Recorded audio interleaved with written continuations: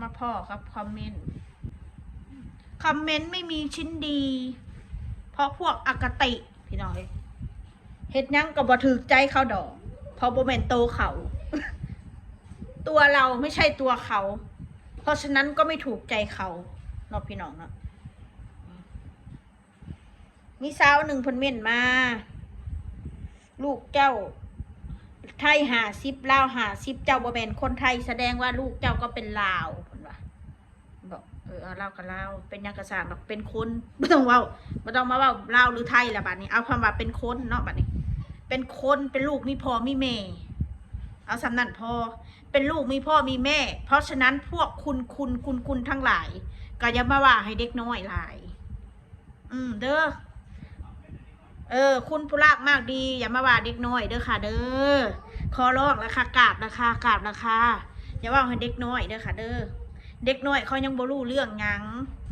มานายังไม่รู้เรื่องอะไรเลยกราบเด้อค่ะเด้อคุณทั้งหลายนะคะทำเป็นพูดว่ากินอดอยากเพื่อจะให้คนเขาสงสารเมตตาเผื่อเขามีคนโอนเงินให้โอ้ยกระทาสิเก่งร้ายเก้าเล่าได้มันกระบวนเป็นแนวเนาะพี่น้องเนาะก็ตามที่เห็นน่ะตามสภาพแหละจ้าเห็นกินยังกะเบ้าตามสภาพแหละจ้าก็กินอดอยากอยู่จ้าแกงหน่อไม้มื้อนี้ก็ได้เบิดมื้อกินแกงหน่อไม้บ่มีกินดะลีบ่ได้ให้ผู้ใดมาสงสารดอกจ้าแต่ถ้าสิมีผู้ใหญ่สงสารข่อยก็ขอบพระคุณอย่างยิ่งค่ะก็ยินดีค่ะนั่นแหละนะ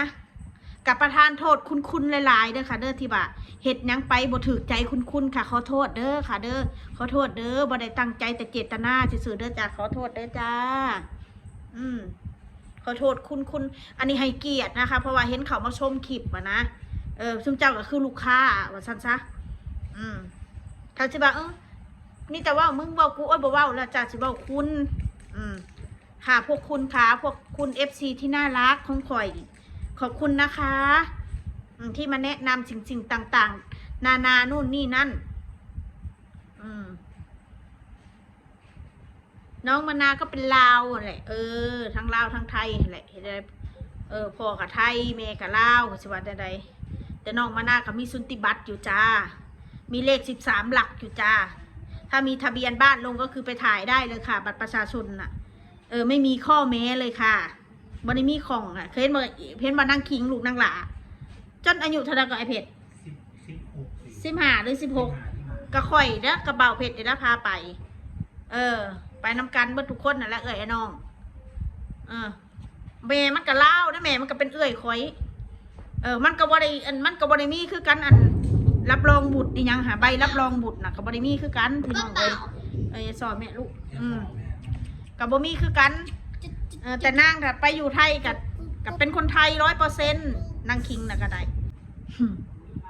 ถ้าเป็นน้องมานานี่มันยังก็เป็นอันคิดคัดของบัดขนาดว่าเป็นคนไทยมีสุนติบัตรก็ยังว่าบ่แม่นนะเดี๋ยวนี้ยังว่าบ่แม่นอยู่พี่น้องนางคิงน่ะค่ะร้านข่อยร้านแท้ๆลูกนางหล่าบ่ได้มีคือกันใบรับรองบุตรรับรองบิดน่ะบ่มีดอกนะบ่จำเป็นดอกแสดงว่าลูกไม่มีใบรับรองบุตรแต่หัวเราะฮ่าแล้วมันจำเป็นอะไรใบรับรองบุตรมีหรือไม่มีมันจำเป็นอะไรเหรอคะเพราะว่าพอหนูมีสมบัติแล้วตอนนี้เหลือแต่หำกับพ่อยิ้มเดี๋ยวนี้เข้าใจไหมคะพร้อมเมื่อไหร่ก็ค่อยทำตอนไหนก็ได้ทำไมต้องอยากให้ต้องมีใบรับรองต้องมีใบนั่นถึกต้องมีใบนี่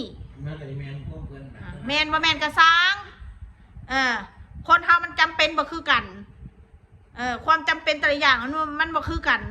เฮาบ่ได้คิดไปว่ามีใบรับรองบุตรแล้วเฮาต้องคือกันกับผัวเมียแต่งงานกันแหละอยู่น้ำกันบ่ได้จดทะเบียนสมรสบัดเข้าไปหาเพิ่นเฮ็ดให้โลดเพิ่นบอกแนะนำโลดตรงนั้นเฮ็ดตรงนี้โลดมันบ่ได้ยากหรอกครับไปเฮ็ดเห็นว่านั่งคิงแบบเพิ่นแนะนำเฮ็ดให้ปั๊บเสีย5 บาทขอแต่ว่าเฮามีสุนทรบัตรเฮามีสัญชาติไทยคือการทะเบียนสมรสคือกันนั่นแหละบางคู่กับเพิ่นแต่งงานเพิ่นมีใบทะเบียนสมรสเพิ่นก็มาเว้าใส่ข่อยเลย ว่าข่อยนะบ่มีทะเบียนสมรสบ่มีหยังการเป็นคู่ครองบ่ทะเบียนสมรสไม่ได้ช่วยอะไรช่วยแค่ว่าถ้าคนมีสมบัติผัวเมียได้น้ำกันเลิกกันแบ่งกันนี่คือข่อยและ FC เว้าซะข่อยเอื้อยนี่บ่ได้ได้ถ้าเอาผัวต้องแต่งงานได้ต้องจดทะเบียนแล้วได้เอื้อยนี่บ่ได้เอื้อยบ่ได้เฮ็ดคือโตได้ลุดไปมันเป็นคนอื่นคือเป็นคนอื่นผัวบ่คือลูกเด้คนความคิดคนเฮามันบ่คือกันเอื้อยข่อยสิบอกให้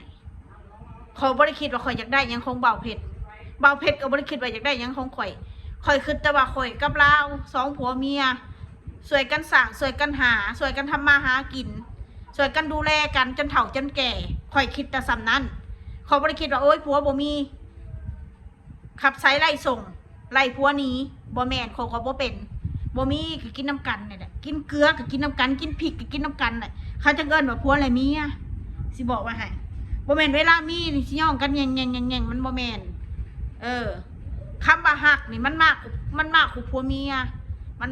เวลาเราหักใครสักคนนี่คือคู่ชีวิตนี่เราต้องเอาใจใส่เขาชอบอะไรเขาไม่ชอบอะไรคู่ชีวิตมันจังยืนยาวถ้าสิไปคิดแบบเจ้าค่ะโอ้บ่มีสมรสกูบ่เอาได้ผัวแต่ปากันไปกูบ่ได้สมบัติอย่างมันถ้าคนเขาจะรักนะมันไม่เกี่ยวกับมันบ่เกี่ยวกับสมบัติหรอกถ้าคนเขาจะหักมันบ่เกี่ยวกับใบสมรสถ้าพูดอันนี้สมมติว่าผัวเจ้ามีเด้อถ้าผัวเจ้าหักเจ้าไถ่จริงแม่นเจ้าบ่มีทะเบียนสมรสนะเขาก็ให้เจ้าคือเก่าเขาสิให้ไผถ้าเขาบ่ให้เจ้าถ้าเขาหักแท้ทะเบียนสมรสจดกันปีหนึ่งบางคนก็เลิกกันแล้วบางคน5 เดือนก็เลิกกันแล้วคนแต่ละคนมันเลยคือกันข่อยกับเบาเพชรเนี่ยเขาบ่ได้มาหวังว่ามึงมีอันนั้นกูมีอันนี้บ่ยิ่งกระถูกแห้งเห็นใจกันยิ่งถูกยิ่งจับมือกันหมู่ข่อยนะว่าแม่นสิมาโยนเสื้อผ้าหน้าแพร่ออกจากกันบ่ได้บ่เป็นนะเห็นว่าปากจังซี่นะบ่นะสิไปไล่ผัวนี้จับเสื้อผ้าผัวไล่โยนออกจากเฮือนจากซ่านบ่เขาบ่เฮ็ดบ่แม่นสันดานผัวเขาบ่เฮ็ดเด็ดขาดมิตรอายุได้ก็อยู่ไปนี่แหละทนไปทนถูกทนยากมันมาสำใดละผ่านทุกมากกว่านี้ก็ผ่านมาแล้วจนบ่มีคนเข่ามามันก็ผ่านมาแล้วคนเฮานะมันบ่ได้เกี่ยวดอกว่าคือกันกับลูกนี่แหละไม่มีใบรับรองบุตรเดี๋ยวมานั่งหัวเราะเนี่ยมันไม่ใช่นะอันนั้นมันปัญหาของครอบครัวสูว่าสู้ได้ว่าบ่ม่วนนี่แล้วปัญหาครอบครัวซุมเจ้าซุมคุณแต่งงานก็มีทะเบียนสมรสคลอดลูกก็ต้องมีใบรับรองบุตรมีผัวก็ต้องมีเงินมีรถมีร่างจังเอาถ้าบ่มีรถบ่มีอนาคตบ่มีงานบ่มีการมั่นคงก็บ่เอาคนเฮาแต่คนบ่คือกันคนเฮามักบ่คือกันความดีของคนแต่ละคนก็บ่คือกันบางคนดีอันนี้ชั่วนี่ก็มีบางคนชั่วนี่ดีอันนี้ก็มีแต่ขอยอยู่กับเบาเพชรขอยบ่ได้อยู่ย้อนว่าเรามีเงินหรือเราบ่มีเงินขอยอยู่นะว่าเฮาได้ลงเรือลำเดียวกันแล้วใช้ชีวิตร่วมกันมาจนครึ่งชีวิตเลย20 ปีแหละพี่น้อง20 ปีแล้วถึงจะไม่มีอะไรเราก็ยังมีความรักให้กันและกันซื่อสัตย์ต่อกันเข้าใจเนาะความรักมันยิ่งใหญ่สุเจ้าหูบ่อย่ามาเว้าได้ว่าความรักกินบ่ได้กับบ่แม่นสิมันรักกันอย่างเดียวเนาะคนเฮามันก็ต้องทำมาหากินซอยกันสร้างกันแปลงแล้วคือกูมือแล้วข่อยก็เบาเพชรนั่นแหละมันได้น้อยก็เฮ็ดซอยกันสร้างดีกว่าบ่ได้เลยถ้าอยู่แล้วบ่มีแนวเฮ็ดบ่มีแนวได้เลยมันแฮงคิดนักคิดไกลพี่น้องคนเฮานะลูกคือกันการมีลูกมันก็มีขอสัญญากับเฮามีลูกนำกันเด้อเฮาต้องคอยดูแลเขาเอาใจใส่เขา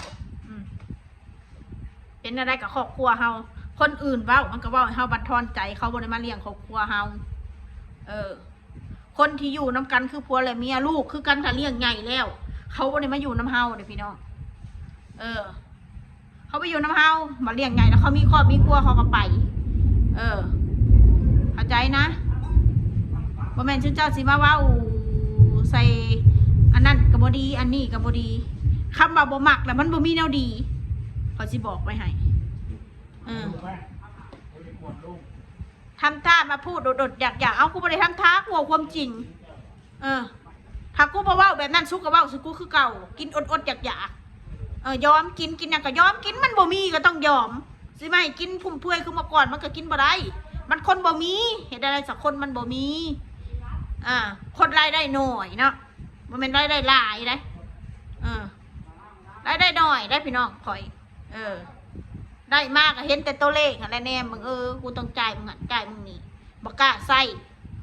หนีสิ้นก็ต้องใส่เห็นได้ซะเขาถ้าได้มาเดี๋ยวบ่มีหนีโอ้ยเรือบ่เต็ม5,000 บาทเรือเต็มใส่ลงไป5,000ไผสิมาใส่นำ11,000ก็ใส่ลงไปอันนี้ได้30,000ก็เพียงแน่มึงอันเนี้ยมีแต่หนีก็สิภูมิใจไปสักกันนี่ก็บ่ได้ว่าดอกก็เฮ็ดเองสร้างเองนี่แหละบ่ได้โทษไผดอกพี่น้องโทษตัวเองนี่แหละมันเกิดความผิดพลาด